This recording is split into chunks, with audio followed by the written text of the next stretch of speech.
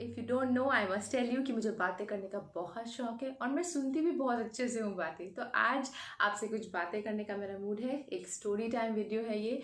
And before I just begin it, if you haven't, do consider subscribing, join the family, and hit that notification bell so that you know I have uploaded my video.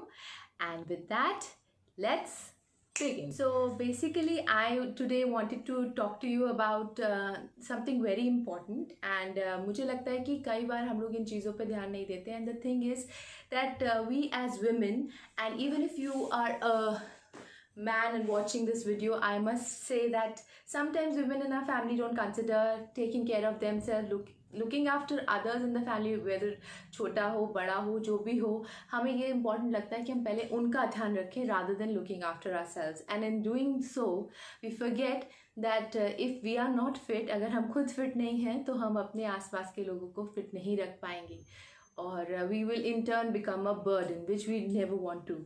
So मेरे लिए wellness बहुत importance है रखती है और fit रहना भी बहुत इम्पोर्टेंस रखता है। हाँ, ये हमारे हाथ में नहीं होता कि कोई अगर इल हो जाता है, ऑल ऑफ अ सडन कोई प्रॉब्लम आ जाती है, बट हाँ, हम अपना ख्याल रखें, ये हमारे हाथ में ज़रूर है। तो मैं आपसे ये बताना चाहती हूँ कि कुछ वीडियोज़ पहले मैंने आपसे शेयर किया था कि I wasn't able to upload a video because I have certain pain issues. मेरे बैक में काफ़ी ज़्यादा पेन था और मैं नहीं उठ पा रही थी। तो कुछ ऐसा था कि मैं मूव कर भी नहीं पा रही थी अपना, I couldn't go to the washroom even, तो इतनी मुझे पेन थी। तो ये इस वजह से हो गई थी कि मैंने कुछ हैवी उठा लिया था और सडनली मैं एकदम से ऊपर खड़ी हो गई थी।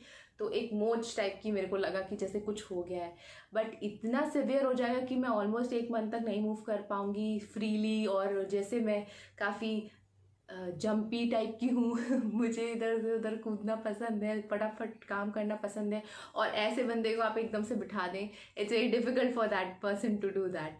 तो मुझे लगा कि पता नहीं क्या हो गया, और कोरोना की वजह से वी वर वेरी स्केप्टिकल कि अब डॉक्टर पे जाएं नहीं जाएं, इन्फेक्शन का डर है।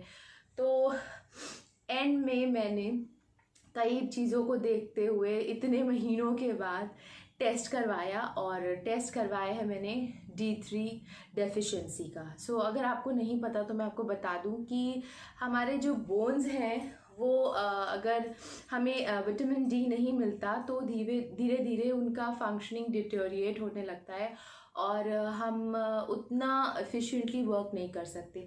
तो ना सिर्फ मैंने अपना बल्कि अपने फैमिली में सबका कराया, और मतलब मोस्टली सबका डेफिशिएंट ही निकलता है, और लोगों को ऐसा लगता है कि धूप पे बैठ जाएंगे तो ये सफाइज हो जाएगा, लेकिन ऐसा नहीं है।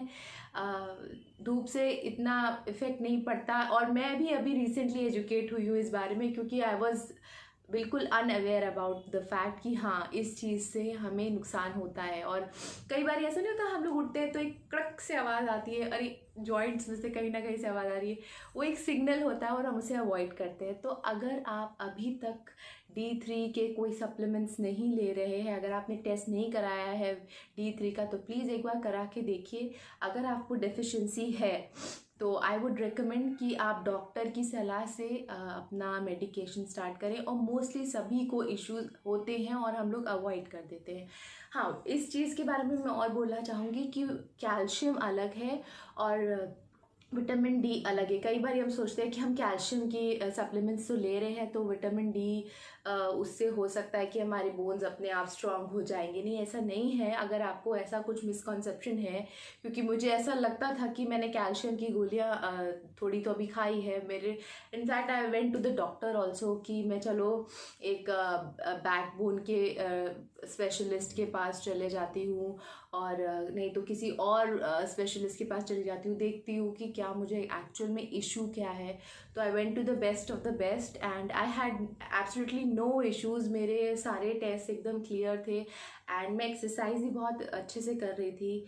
बस मुझे ऐसे फिटीक फील होता था। पहले मैं जितना अच्छे से वर्क कर पाती थी ना एकदम फटाक से, वो मैं नहीं कर पाती। थोड़ी देर बाद मुझे लगता था कि अरे यार अब तो थकान लग रही है, या फिर ऐसे यहाँ पे बैक में पीछे पेन हो रहा है।